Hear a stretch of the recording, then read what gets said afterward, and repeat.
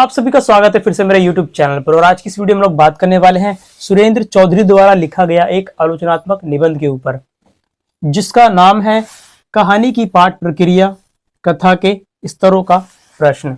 तो शीर्षक को पढ़ के ही हमें समझ में आ जाएगा कि इसके अंदर क्या है। मैं आपको बताता हूं। जैसे यहाँ पर पहला शब्द आप देख पा रहे होंगे, कहानी। कहानी की पाठ प्रक्रिया। पाठ से यहाँ पर उसका अर्थ है कि जो कहानी है और उसको जो पढ़ने का तरीका होता है, यानी कि पढ़ने को यहाँ पर पाठ बोला गया है। जैसे हम कुछ चीज पढ़ते हैं ना, तो कहते हैं चलिए उसका पाठ करिए। पाठ मतलब पढ़ने से है। तो कहानी की पाठ प्रक्रिया, तो वो जो पढ़ने की प्रक्रिया मतलब क्या होता है, तरीका या वो प्रोसेस। तो वो तरीका क्या है उसके बारे में हम लोग इसके अंदर जानेंगे। और दूसरी चीज जो हम जिसमें जानेंगे वो है कथा के स्तरों के बारे में। इन्होंने जो कथा यानी कहानी, उसके 3 स्तर बताए हैं उसके अर्थ को ग्रहण करने के लिए, या फिर कथा के 3 स्तर आप मान लीजिए। वो 3 स्तर क्या है इसी वीडियो में हम जानेंगे। तो ये 2 चीजें हमें जाननी है। तो सबसे पहले अब हम बात शुरू करते हैं कि ये जो पाठ प्रक्रिया है कि कहानी को पढ़ा जाए, ये आखिरकार ये मुद्दा शुरू कहां से होता है। तो ये मुद्दा शुरू होता है कहानीकार मार्कंडेय। इन्होंने अशक के ऊपर, अशक का एक कहानी संग्रह था जिसका नाम है पलंग, उसकी समीक्षा करी। और उसकी समीक्षा जब उन्होंने करी तो अशक जी ने जब उस समीक्षा को पढ़ा तो उन्हें लगा कि जो उनकी कहानियां हैं उन्हें थोड़ा और अच्छे से पढ़ा जाना चाहिए था। तो यहां से ये सवाल उठता है कि आखिरकार कहानियों को अच्छे से कैसे पढ़ा जाए, मतलब कि कहानी को और अच्छे से कैसे समझ में आए। तो इसके ऊपर विचार विमर्श चालू हुआ। तो इसी को लेकर के सुरेंद्र चौधरी बताते हैं कुछ की कहानी को कैसे पढ़ना चाहिए। और वो इसी के अंदर नामवर सिंह ने, पहले हमने वीडियो में भी बात करी थी कि उन्होंने भी कहानी के बारे में चीजें बताई थी कि कहानी के जो क्या स्थिति है। वो वीडियो मैंने पहले बनाई थी, आपने देखी होगी, अच्छे से आपको याद होगा। उसमें हम डिटेल में नहीं जाएंगे। इस वीडियो में हम केवल बात करेंगे सुरेंद्र चौधरी ने जो कहा है उससे संबंधित। तो इन्होंने क्या कहा, कहानी को सूक्ष्म और सक्रिय रूप से पढ़ा जाना चाहिए।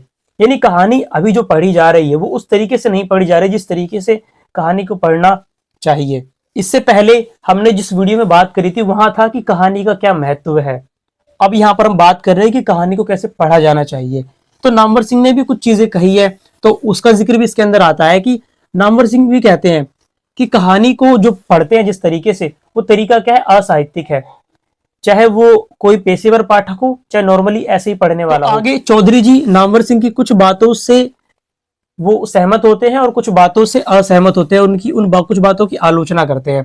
जैसे कि नामवर सिंह ये चाहते हैं कि सभी जो पाठक हैं कहानी को गंभीरता से पढ़ पाए। सुरेंद्र जी कहते हैं कि अचानक से ऐसा नहीं हो सकता कि सब जो पाठक है अचानक से कहानी को अच्छे तरीके से पढ़ने लग जाए, उनका स्तर अचानक से इतना बढ़ जाए।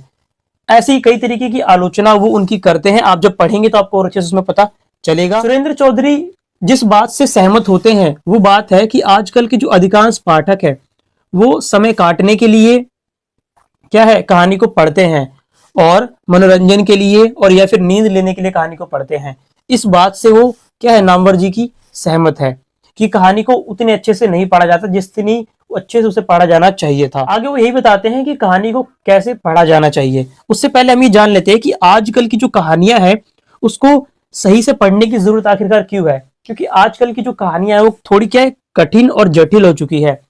कहानियां तो पहले भी जटिल थी, पर लेकिन अगर हम कंपेयर करें आज की कहानी और पहले की कहानियों को, तो आज की जो कहानी है ज्यादा जटिल हो चुकी है। तो उसे समझने में थोड़ी और भी ज्यादा दिक्कत होती है। तो इसलिए उसके अर्थ को समझने के लिए हमें उसे और गहराई से पढ़ने की जरूरत है। तो अब हम चलते हैं उस प्रक्रिया की ओर। तो ये सवाल उठाते हैं कि कहानी का वो मर्म आखिरकार होता कहाँ है। जब हम कहानी पढ़ते हैं तो उसका मर्म किधर छुपा होता है, कहां से उसे निकालेंगे, कैसे पता चलेगा कि उस कहानी का मर्म आखिरकार है क्या, और वो कैसे प्राप्त करेंगे। तो उसके जो 3 कथा के जो 3 स्तरों की उन्होंने बात करी उसकी हम बात कर लेते हैं, जिसमें से सबसे पहला है कथानक का या कथात्मक स्तर। उन्होंने कहा कि कहानी का जो ये मर्म है वो कथानात्मक स्तर पे भी हो सकता है। यानी जब हम कहानी को पढ़ते हैं जहां पर घटनाओं का विवरण होता है और नॉर्मली जो कहानी चल रही होती है केवल उसके अंदर भी मर्म आ जाता है। सबसे पहली चीज उन्होंने ये बताई है। और कथानात्मक स्तर के अंदर क्या क्या आता है, ये कहानी का एक तरीके से सबसे पहला स्टेज है जहां पर घटना प्रधान होती है और घटना तेजी से चेंज हो रही होती है। यानी घटना जहां पर प्रमुख हो वो क्या है, कथानात्मक है। और इसी में वो एग्जाम्पल देते हैं कि प्रेमचंद की बहुत सारी ऐसी कहानियां हैं जिसे केवल एक बार पढ़ लेने से ही क्या है समझ में आ जाता है, उसमें कुछ ज्यादा दिमाग नहीं लगाना पड़ता, उसमें केवल घटना ही होती है। और वो बताते हैं कि ये वाली जो शैली है ज्यादातर किस में यूज होती है, फैंटेसी शिल्प में।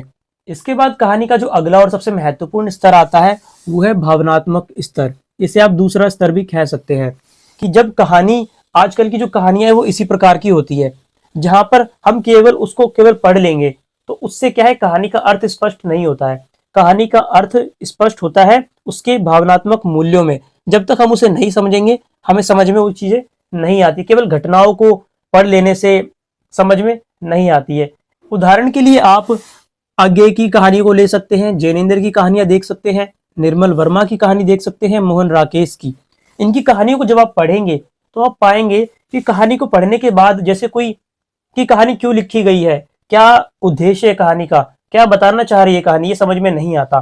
क्यों नहीं समझ में आता? क्योंकि हम लोगों की जो आदत है कहानियों को पढ़ने की कि डायरेक्ट उसको पढ़े और हमें क्या है पता लग जाए कि उसमें क्या बताया गया था। आजकल की जो सिचुएशन है, वर्तमान में जो कहानी लिखी जा रही है उसकी जो स्थिति है इतनी आसानी से नहीं बताई जा सकती।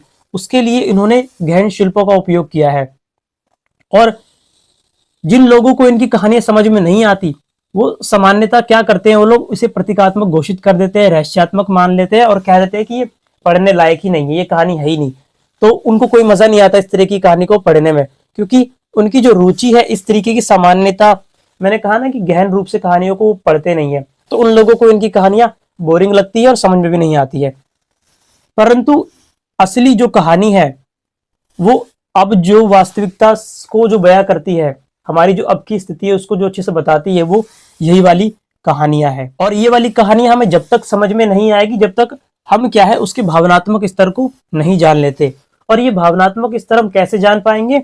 ये सबसे पहले हमें कथात्मक जो स्तर है उसका, कथानक पहला स्टेज तो वही है, उसको पढ़ने के बाद ही हम इस वाले स्टेज पे पहुंच सकेंगे। तो इसलिए ये वाला जो स्तर है ये भी महत्वपूर्ण है। और दूसरा कौन सा? भावनात्मक। इसके बाद आएगा तीसरा स्तर। तीसरे स्तर पे हम बाद में आएंगे, उससे पहले हम ये जान लेते हैं कि इन कहानियों की अगर आपको उदाहरण देखने हैं तो कहाँ मिल सकते हैं। जैसे कि आगे की कहानी है पठार का धीरज, इसे आप एग्जाम्पल मान सकते हैं इस प्रकार की भावनात्मक स्तर की कहानी का। या फिर दूसरा एग्जाम्पल उन्होंने दिया कफन का, जो प्रेमचंद की बहुत ही प्रसिद्ध कहानी है। इसमें एक उन्होंने स्टेटमेंट भी दिया है घीसू का कि तू बड़ा बेदर्द है। तो इस प्रकार के स्टेटमेंट से क्या है, इसके अंदर वो क्या है कहानी का जो मर्म है वो इसमें छुपा पड़ा है, आप इसमें देख सकते हैं। फिर कहानी का एक तीसरा स्तर आता है जिसे कहते हैं सांस्कृतिक संदर्भ, और ये अंतिम स्तर है। इसके अंदर क्या होता है कि कहानी पे जो किसी विशेष मुद्दे पे बात की जा रही होती है वो विशेष से सामान्य हो जाता है। यानी किसी एक व्यक्ति की बात हो रही थी, अब उसका दर्द उसका दुख वो क्या है सबके लिए सामान्य हो जाता है, तो एक से संपूर्ण का जीवन उसमें व्यक्त होने लगता है। तो यह है उसका तीसरा स्तर। इसके बाद कहानी के लास्ट में बताते हैं कि जो कहानी है उसको नैतिक उपदेशों से बढ़कर देखना चाहिए, कि कहानी को पढ़ लिया उससे उपदेश हमें डायरेक्ट मिल गया, इतना भर कहानी नहीं होती है, कहानी उससे काफी ज्यादा है। और इसका उदाहरण देखने के लिए आप इन राइटरों की कहानियों को पढ़ सकते हैं। और समझ में ना आए तो कुछ आलोचकों ने उनकी कहानियों के ऊपर आलोचना लिखी है, उसके अंदर का जो ये मर्म है उसको उन्होंने अच्छे से बताया है, उससे भी आप समझ सकते हैं। तो आज की इस वीडियो में इतना ही था। आपको ये वीडियो कैसी लगी मुझे कमेंट में नीचे जरूर बताना। और अगर आप वीडियो को अभी तक देख रहे हैं तो वीडियो को लाइक कर देना, चैनल पर नए हो तो चैनल को सब्सक्राइब करना मत भूलना। मैं इसी तरीके की बेहतरीन वीडियोस आप लोगों तक लाता रहता हूं। और इस वीडियो को अपने किसी एक दोस्त के साथ शेयर जरूर कर देना ताकि उसे भी ये आसानी से समझ में आ जाए।